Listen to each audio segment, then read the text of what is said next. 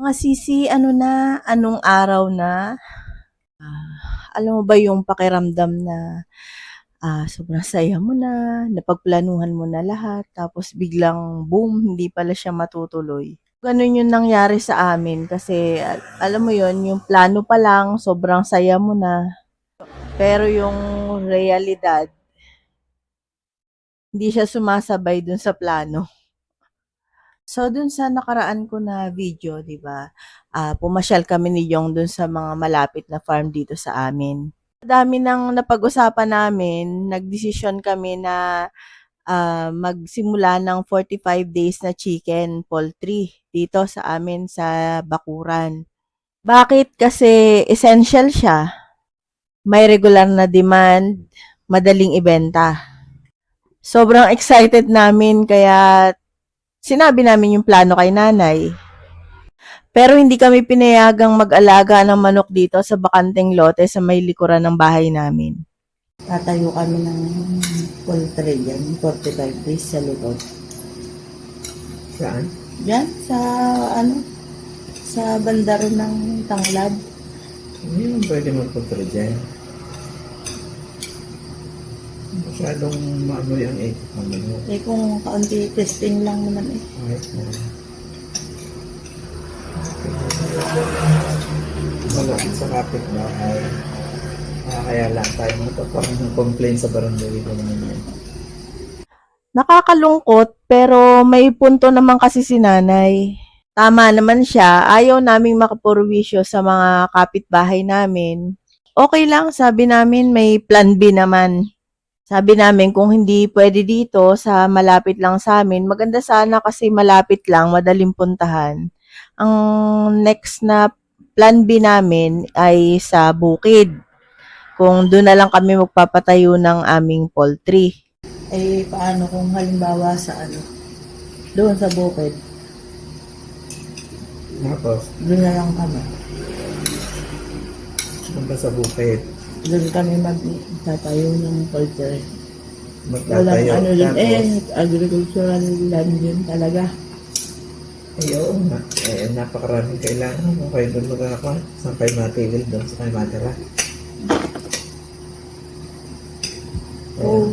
Gastos. Napakaraming ay pa. Eh kung dito naman kuwan lang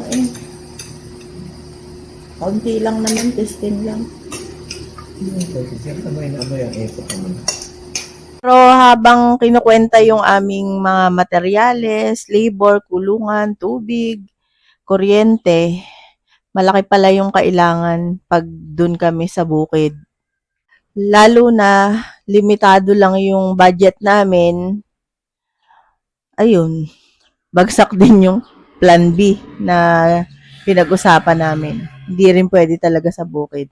So we came to a point na magdesisyon ng plan C namin na kung hindi kami makapag-alaga ay bakit hindi kami magpaalaga na lang sa iba. So kumausap kami ng mga pwedeng mag-alaga na may malayong lugar, yung malayo sa kapitbahay. So yung unang prospect hindi kaya. Namin hindi kaya, maraming bata, maraming apo, may pumapasok.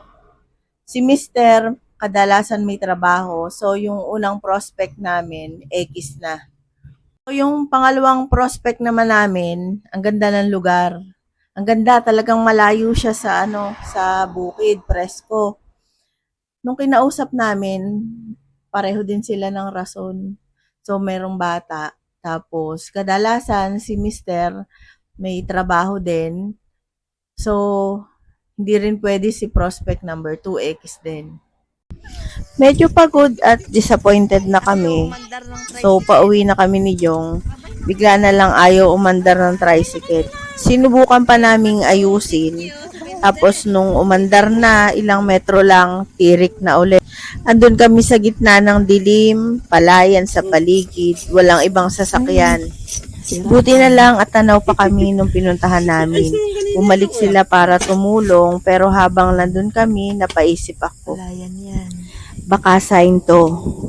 Baka hindi pa ito yung tamang panahon para ituloy ang poultry farm na pangarap namin. Oo, masakit, nakakadismaya, pero sa totoo lang, baka may mas magandang plano para sa amin. At kung hindi ito ang tamang timing, okay lang. Ang mahalaga, hindi kami titigil. Minsan kahit anong plano mo, may mga balakid talaga. Pero hindi ibig sabihin nun na tapos na ang laban. Kung may mga pangarap ka, kapit lang.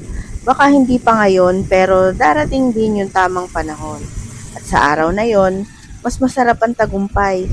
So, paano mga sisi? Hanggang dito na lang muna. Kita-kits tayo sa next update.